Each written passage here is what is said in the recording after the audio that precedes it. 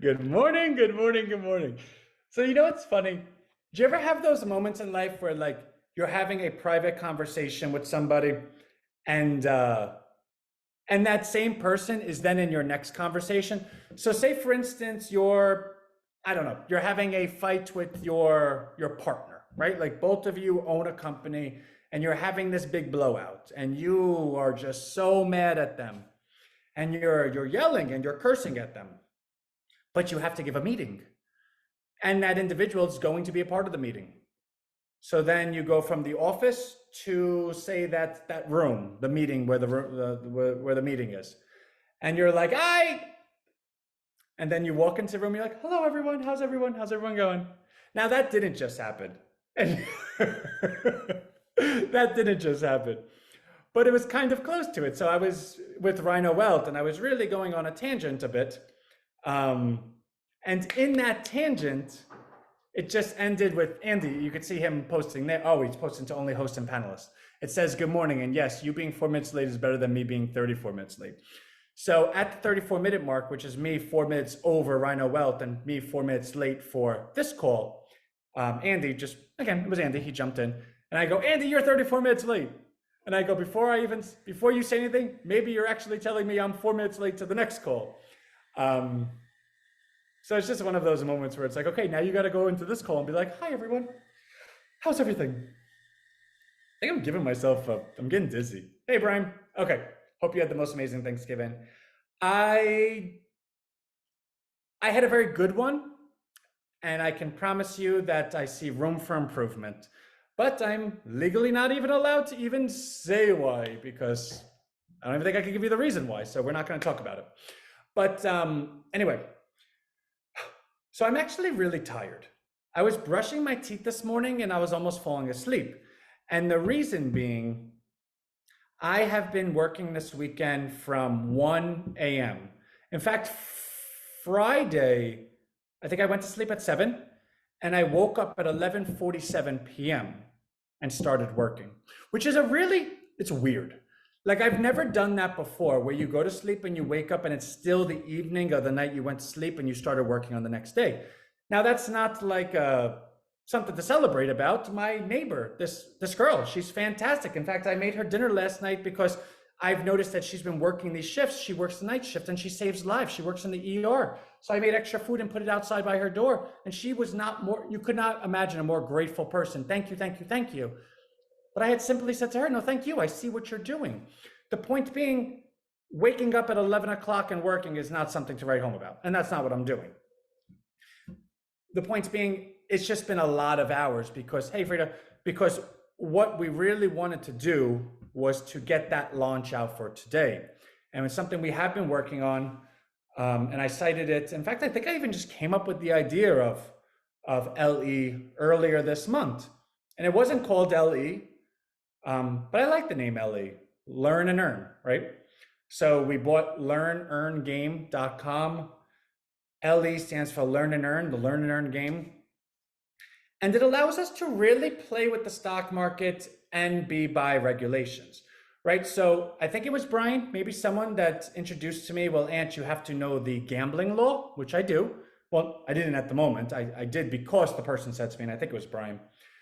And the difference between gambling and competition is that it's very straightforward odds. There's nothing that can manipulate the odds. There's no outcome of a game. With the Learn and Earn game, it's simply you versus me. That's it. With the Learn and Earn game, you have an entry fee, and these are your prizes. That's it. There is no, well, we could handicap your prize, but if this happens, and no, it's straightforward. You know the rules, you know the outcome, the end. Now it's a competition. And then securities law. A, I know securities law because I had a license, and B, I know it even more because I'm banned from it, which sounds, I do that for shock value, which is true. I really am banned. But it wasn't because I did something like, oh my God, you're Bernie Madoff. In fact, I disclosed what I did in Learn and Earn, which I worked at Banco Santander as their financial specialist, which is a really big pay cut from working on Wall Street. I'll tell you that much. But I wanted to get into a real life banking, maybe have a wife and kids one day. I was crazy enough. Anyway, so yeah. And in that pay cut, I asked my father to borrow money. So he wrote me a check, I deposited it, then I wrote a check from that account, which, by the way, sounds like a story that we've all done. In fact, when I got fired for this, I was like, wait, what? I was like, I got an overdraft fee. And then I bring my account back to balance. They go, Anthony, that's called check fraud. You cannot write a check from an account that doesn't have the money in it. I go, but I deposited a check. It was clearing. My father bounced the check. Go arrest him. No, Anthony, you have a securities license. You, like, actually by law, have passed every securities test. Like, the Series 7 is the encompassing one. In fact, we hire you to represent us and finances to all of our high net worth clients. And I was like, oh, well, when you say it like that, I'm not exactly a 24-year-old kid anymore. I'm a financial specialist of this big company. So I understood why I got fired. But I wasn't happy about it. And then FINRA, because I'm licensed, sent me mail. We want all of your bank account statements for the last 2 years, your relations, your father to put his bank statements. I was like, have you ever talked to a 24-year-old kid that got fired? Do you think I even want to talk to you anymore? Now, again, I'm 37 now, right? So like a lot of things have changed. I'm far more responsible. In fact, I'm so much more responsible that I'm honest in telling stories. I'm not looking to hide anything.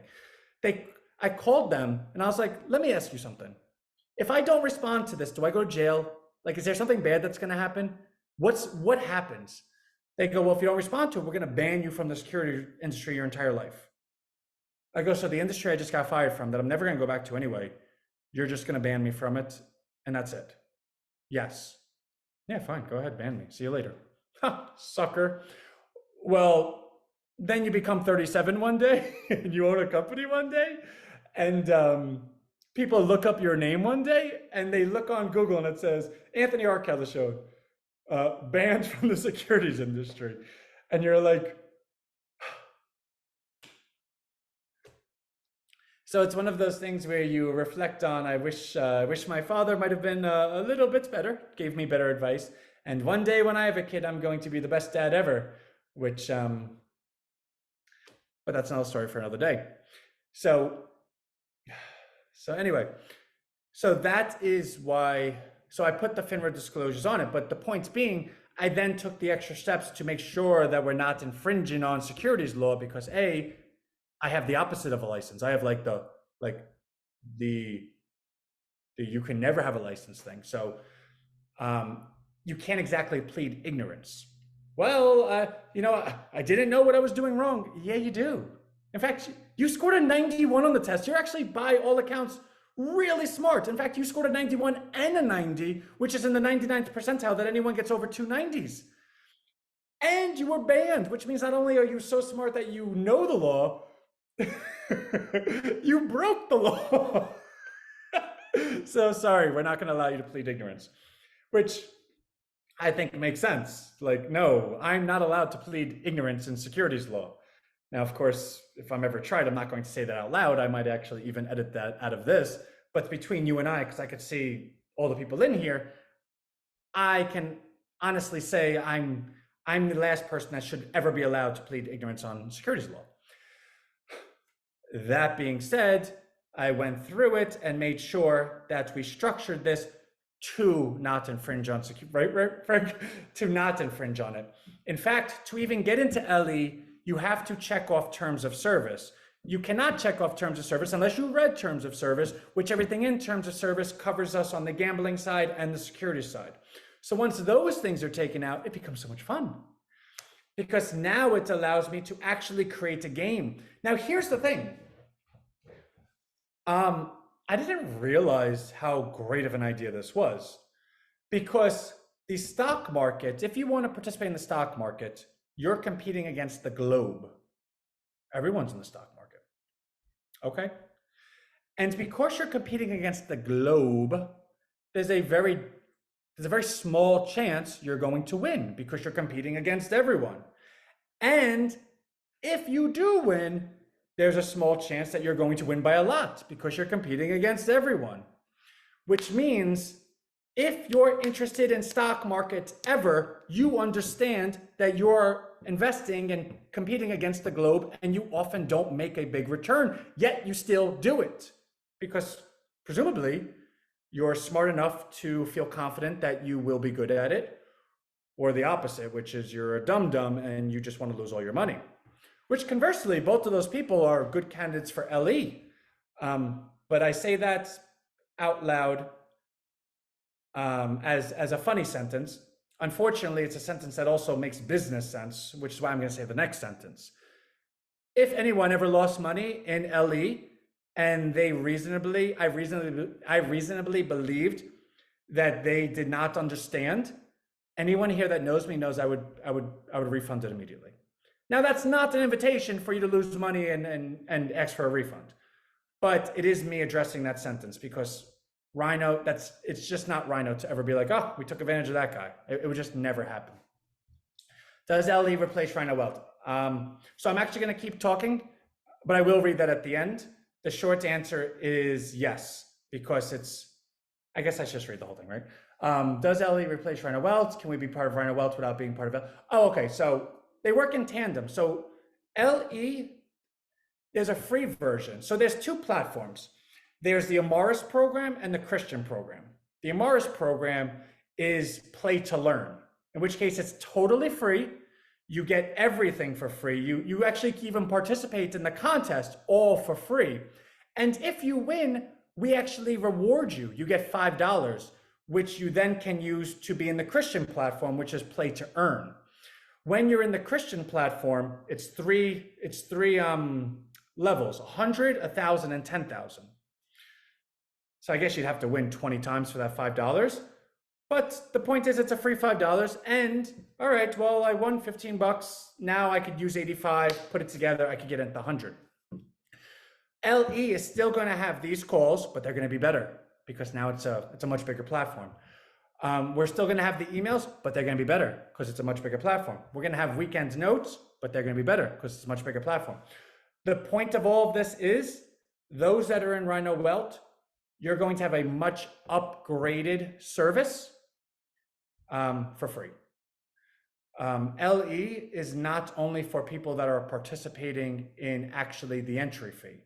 We want, and it's also a business thing, right? So for instance, maybe Brian or maybe Becky or maybe Andy or maybe somebody would say, oh, well, I never invest in the stock market. I don't even know if I'm good at it, but maybe I could be.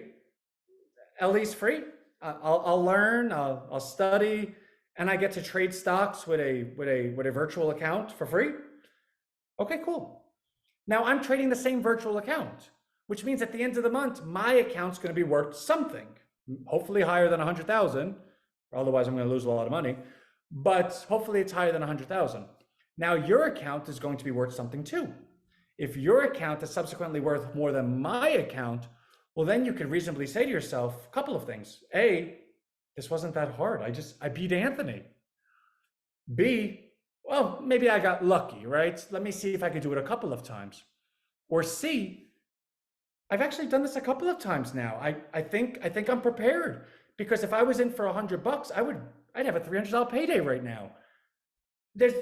Meaning the people that are in free with the Amaris program and the people that are in the Christian program, which is the one with the entry, are doing the same exact thing. It's just a matter of these guys are getting rewarded on their entry. You're getting rewarded on your participation, which, we're making sure to give you something, a $5 coupon.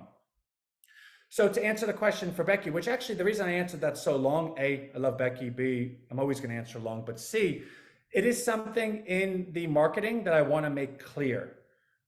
And Becky's question just proved to me that I did not make it clear because you don't know the Amaris program till you get halfway down the page.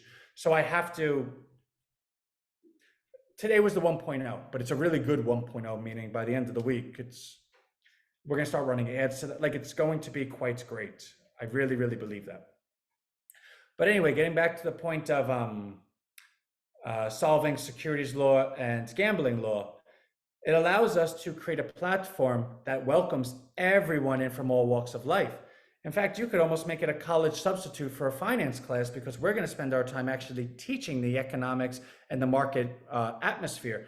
And we're going to empower you to actually be able to trade and participate. And we are then giving you the option if you want to take that to the next level and compete on a level where people are putting money up and getting winnings.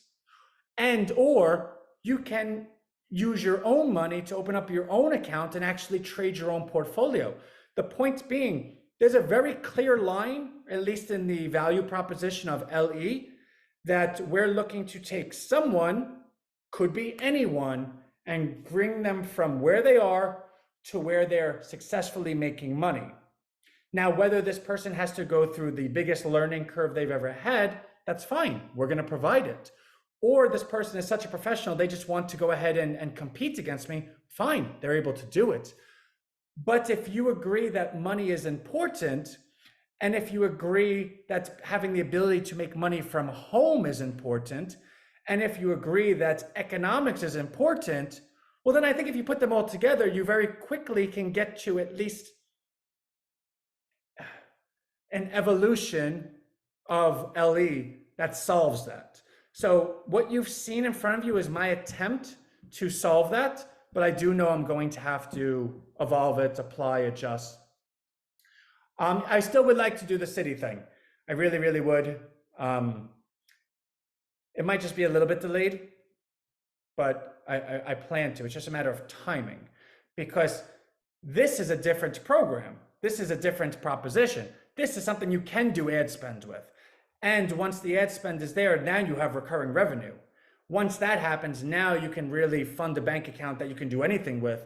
And it's better to visit cities when you have a really, really big bank account, because I want to give away stuff. So of course that's going to happen, because I think our biggest value proposition is still meeting the people, being with the people, going on the subways, shaking the hands, kissing the babies. But we want to do that from a position of wealth, not a position of necessity. But it's there. So that's LE, which I'm going to work on more today. That email I'm going to send out a couple of times because it has the Cyber Monday deal too.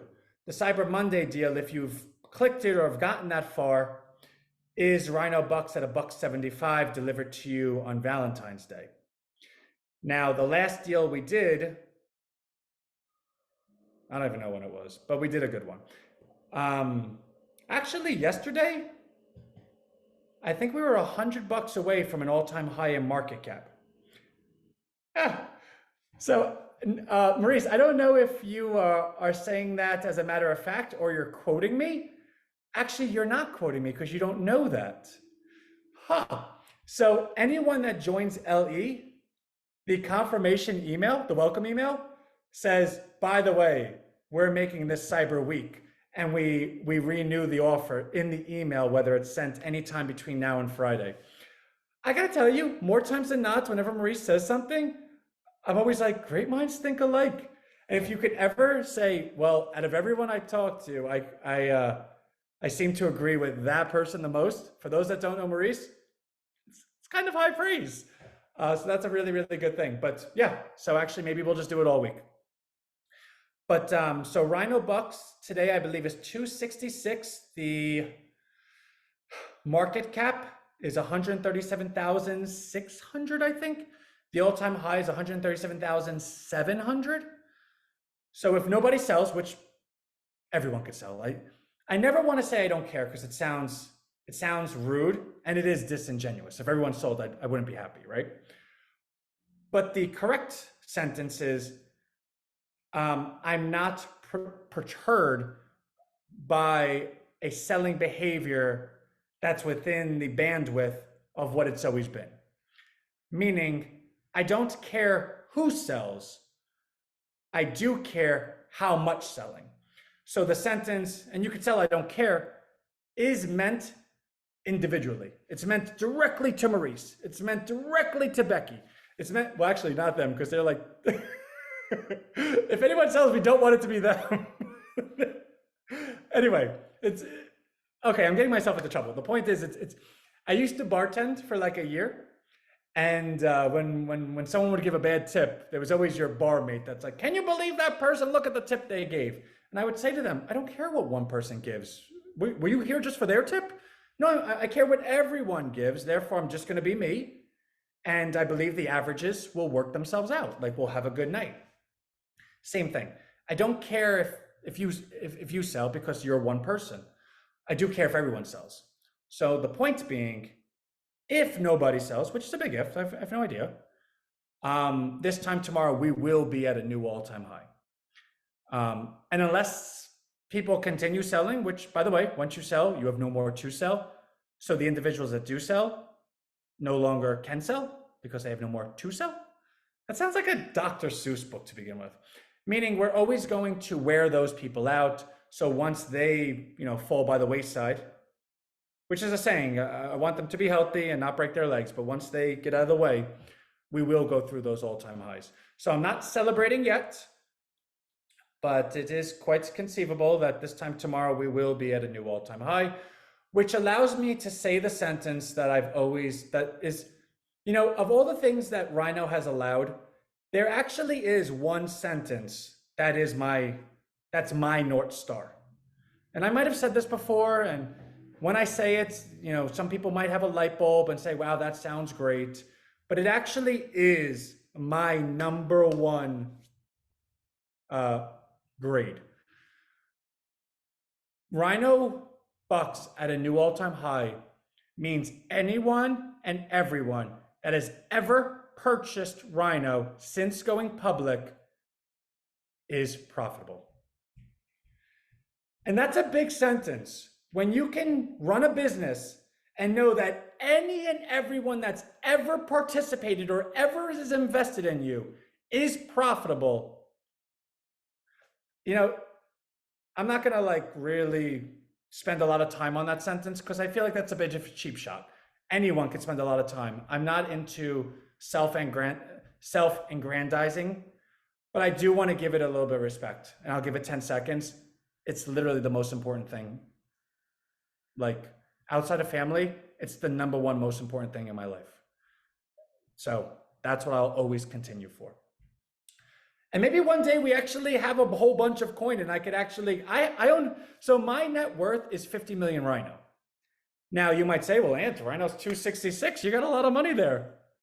In what world could I ever sell 50 million RHINO? And in fact, anyone that's ever looked at my wallet has known I've never even sold one RHINO. And I will not. I will not ever sell a RHINO until the investors that got in under the 9 cents, until they sell their RHINO. I won't do it. I love what I do. As sick as it sounds. And when I say I wake up at 1 o'clock in the morning or I'm tired or I'm this, it's not complaining. It's in a weird way, almost bragging. I love what I do. So as long as I can continue doing it, I don't look at I need to cash out. No, I could care less. But the day that I can actually be okay, I'll sell 1 million RHINO today. And RHINO's $10. How cool will that be? And that's the goal, right? So, and that's that. So that's RHINO bucks. That's LE. TED. When is TED number 3, right? That's how far we've come. TED, I still want to upgrade the prompt. Oh, by the way, I think we're close to being able to call TED. I got to check in, but the last I checked with my team, they were testing it. Because I told them, I don't like that I have to text TED. I want to call TED. I want to get on my phone and say, call TED, and call TED on WhatsApp, and then speak to TED. Well, we have a good relationship with OpenAI. They have a program called Whisper. We have the 3.0 version of it. There will be a lag time, I think, of 3 to 4 seconds. But you're talking to a computer. If you have a problem with a 3 or 4 second lag time that's going to decrease as technology increases, you're a tough cookie. That's the nicest thing I can say to you. And I think that's actually going to be completed, I would say, by the end of this week. Famous last words, because I've said that plenty of times and it's never been true. But I've held my tongue from saying it last week. And then I know I'm running out of time, but I do want to say one more thing, because I think it's important. I think it's something that I think it's something that I haven't really shared to the point that I want to share it. And by definition, I couldn't share it. So we've been working with the patent office. In fact, I've actually hired a patent representative. And anyone knows how much it costs to hire someone to do a patent for you knows that's not a small fee. We have completed 2 searches by a former retired patent officer to get clearance to start patenting TED. Now I'm saying TED, but the patent isn't for TED, it's for what he represents, which I'll share, but for the purposes of the story, it's easier to just say TED and then just share it at the end, right? To patent TED. In fact, we've been granted a provisional patent. We've already have it. Now the non-provisional patent is being filed. We've already paid, I think, 30% of that fee. By all accounts, we did 2 searches and we have a provisional. The non-provisional should be okay, duh, right? So we have high hopes, but again, this world, and Anthony, you're not gonna sucker me into saying it. There's a lot of things in this world that surprise you. So we are uniquely qualified to know that, but we don't know what we don't know. And actually, I'm speaking of business, not the other thing I was just thinking of. Now, what's the patent? The patent is creating an AI persona that is accountable to an individual on a long-term time frame that is also connected to a marketplace that allows the AI to be the platform where the AI can know the individual, simultaneously know the marketplace, and when the AI can identify intent, it will make the recommendation from the marketplace to the individual. And also to that, the patent covers creating a holographic image of the persona so that the individual can theoretically bring the persona with them as their friend. That's the patent. Now, it is easy to say, yeah, well, Travis, that's one of those things it's easy to say it's a personal problem, because it is, but it's well-founded. Like, we all have a trust issue with Meta, but Meta as a business understands we need to start earning people's trust more. So I believe no company could stay in business being least trustworthy. The point being, I think there is a point where your lack of trust is well-founded, and I do, right? But I also think there's a point where having an openness to trust is also the right path. And I'm not saying that path is now, but I do think that path is sooner than later. That's just commentary on your sentence. But anyway, be that as it may, that's WhatsApp. The patent isn't for WhatsApp. The patent is for exactly what I described. You can place it anywhere. You could place it on SMS, you could place it on WhatsApp, whatever. The point I'm getting at is the reason we patent that is because I truly, Rick, I truly believe that it is a far greater e-commerce marketplace that if I can speak and trust one individual, which is my AI, and my AI knows me so well that it makes recommendations to me, I think that's better than getting ads on Facebook. What are you, nuts? I think that's way better. I also think that's something that you can go to a company like Procter & Gamble and say, hey, listen, I own the patent for this. Imagine creating your own version and putting every one of your consumer packaged goods on it and only putting your products on this, and then creating a big marketing blitz or marketing campaign. Hey, I don't know what Procter & Gamble will call it. They'll call it Yankee, right? Yankee candle. Hey, Yankee's the best. Look, Selena Gomez has Yankee. I don't know who's cool these days. Kim Kardashian and whatever. And I think you can make things cool. I think you could get a bunch of influencers to do it. I think any company in the entire world would behoove themselves to give out their version of their AI free to their individuals, knowing that the entire library of that AI is only their products. You could almost see an arms race one day that, oh, I got the staple AI, I got this AI, I got that AI. But Ant, that sounds like I follow them on Instagram. It does. But if you can say that getting a recommendation from a best friend is better than getting a recommendation from a targeted ad, well, then I think this is that evolution. The point of me sharing that out loud is where, I don't want to jinx it. I don't know, is there wood in this house? Once we get that non-provisional patent, there's a high likelihood that alone can be worth a very, very large amount of money. That we can completely bumble everything that we've ever done together, which is actually funny because I've had plenty of phone conversations with somebody, with people, not someone, but some bodies. Anthony, I'm confused. You do this, you do that, you do this, you do that, but I just trust you. And I've always said, I'm really doing my best, right? Like and not like, okay, you're doing your best, but like the jumblement of ideas is just the chasing of like this, like things are happening fast. And when we get there, we get there. I don't know where it is, but I know I'll find it.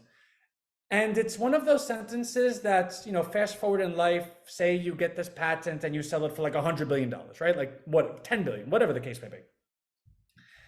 There will be those that say, oh, and this guy, he got everyone's money, convinced half the world to send him money. People were sending it to him on a weekly basis, never had an idea that made sense, never even made money. And then one day gets lucky with this stupid patent that he ends up selling to some stupid person at Procter & Gamble, makes $10 billion, and now everyone thinks they're the smartest investors, but they got lucky.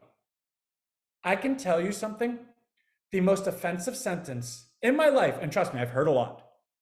And when I say I've heard a lot, wait till I share what I've heard. I've heard a lot. The most offensive sentence anyone could say to me is, you got lucky. Because it just discounts everything you've ever done to something as luck. When you say someone got lucky, if they say thank you and they're actually like high five you, you know something about that person. I don't want to say something mean. I'll start by saying something mean, that they're a complete do-to-do. But it also could be that they're just a simple person. And I don't mean that aggressively. In fact, the person that you never should covet anyone or anything. And I've said this story before. When I lived in Staten Island, there was this guy, he must have been special, or he must have just had I don't know, like half his brain must have been missing, because you can tell him the nastiest thing and he would smile at you. Now, I would never say anything nasty to him. He worked at the McDonald's. He must have been like 40, 45. He would sweep all the floors and he would do the grunt work.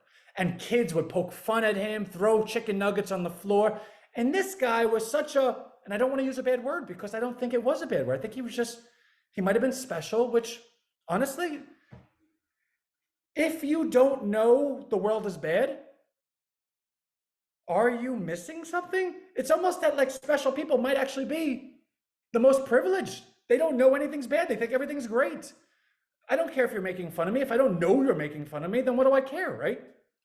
So this guy was always just laughing and having fun and I remember watching him walk home at night, raining, and I'm going through life even younger, always, running. And I would just look at this guy and I would actually spend the time to say, this guy has it so good and he has no idea. Well, maybe he does. I have no idea.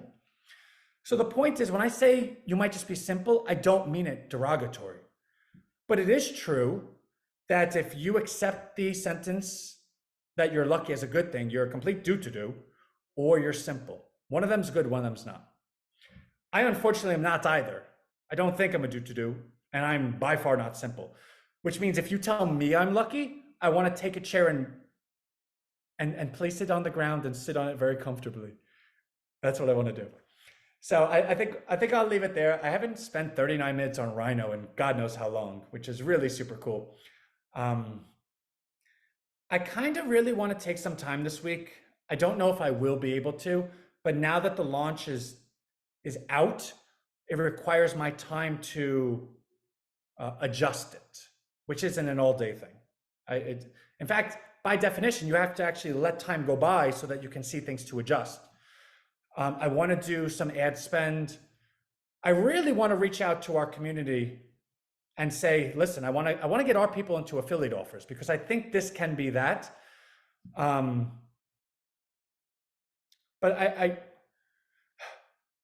I've never said I need some time, but like I really think I need some time. But I will never take time unless I can identify some time to take. And I think this week I might be able to, like, by the time I get to Wednesday, to maybe just take Wednesday to Friday, Wednesday to Saturday, and just kind of like disappear somewhere, right?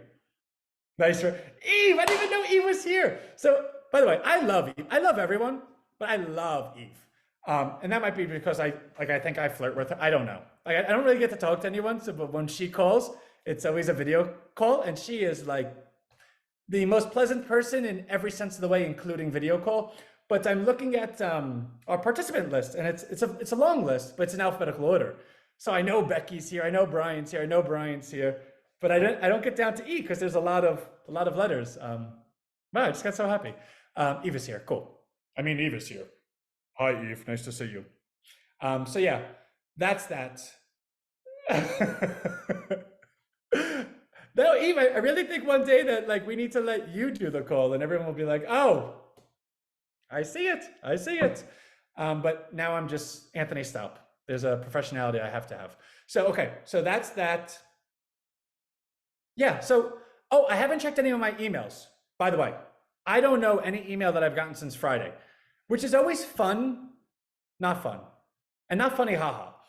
But because I check them every day, sometimes if someone sends me an email and it's not checked for 2 days, they follow up with an email that's assuming that I ignored their first email. So it's by default a little bit more aggressive. And those that have known me for a long time are polite aggressive. Hey, just a friendly reminder, Aunt, which to me is like, hey, a-hole. But those that don't know me for a long time, oh, so I guess you haven't gotten my last email. This is my new one. So I'm just letting everybody know. And it's funny because I check the emails from oldest to newest. It'd be very unfair to do the opposite. But in doing so, I get your friendly email first, and I respond to it. Oh, sorry, I haven't gotten to emails in 2 days. My apologies, and then I get to the email, which means your less friendly email, I then get into afterwards. And anyone that's ever been mad at or mean to someone that's been nice to them, that's what happens without you even knowing it.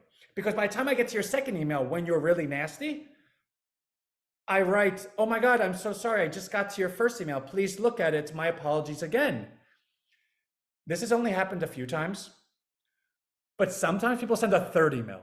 And that one is like the meanest email listen, you do not get to my position by not being by being cursed off plenty of times, right? It's like the sentence in life. If you stopped every time someone told you no, would you ever be where you are? I get told no and all the time. No is just before yes. Again, everything outside of one thing that we're all thinking. No is no there. But it's everywhere else. Like if it's a conversation, if it's for persuasion or a sale, like no before happens before yes. So the point being, I just want to share with everyone that before you send that second email, just know I might not have seen the first email, like might have been doing something. All right, I gotta go because I'm having way too much fun and I have a lot to do. So I love y'all. I just do, I really do. And I hope everyone is, I hope we get to a point where everyone's like, Aunt, I loved you the whole way through, but now that the investment actually worked out as well, I could check off all the boxes, and that's all I want. I want everyone to check off all the boxes. I don't want people to say, yeah, I got into this investment, I lost a little bit, I kind of broke even, blah, blah, blah. I liked him, but it just didn't work out the way I wanted it to. I want people to say, I got into this, it's a complete credit to how likable he was that I stuck with it, because on any normal sense, a lot of things just didn't make sense, but you know what? We got there, and I'm forever grateful. That's the sentence I want, and hopefully 2024 does that. Okay, goodbye. Leave me alone. Jeez. All right, love y'all. Bye.